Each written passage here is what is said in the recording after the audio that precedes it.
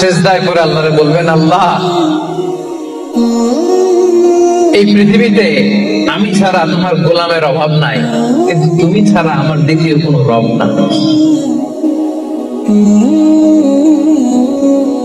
চোখের পানি ছেড়ে আল্লাহরে ডেকে বলেন, আল্লাহ এই জমিনে আমি ছাড়া তোমার গোলামের কোনো অভাব নাই, কিন্তু তুমি ছাড়া দ্বিতীয় কোনো রব আমার নাই, তুমি ছাড়া দ্বিতীয় কোনো জায়গায় যাওয়ার সুযোগ আমার নাই। চোখের পানি ছেড়ে আল্লাহরে বলেন, আল্লাহ কোরআনে তুমি শিখিয়েছো ফরিয়াদীদেরকে কেউ যদি চায় ওই ফরিয়াদীদেরকে বারণ করা যায় না, তুমি কেমন করে এই অপদা ফরিয়াদী কাছে ফিরিয়ে দিবা? চোখের পানি ছেড়ে আল্লাহর কাছে চান, সব তিনি দিয়ে দিতে পারেন। চিল্লায় বলেন ঠিক কিনা?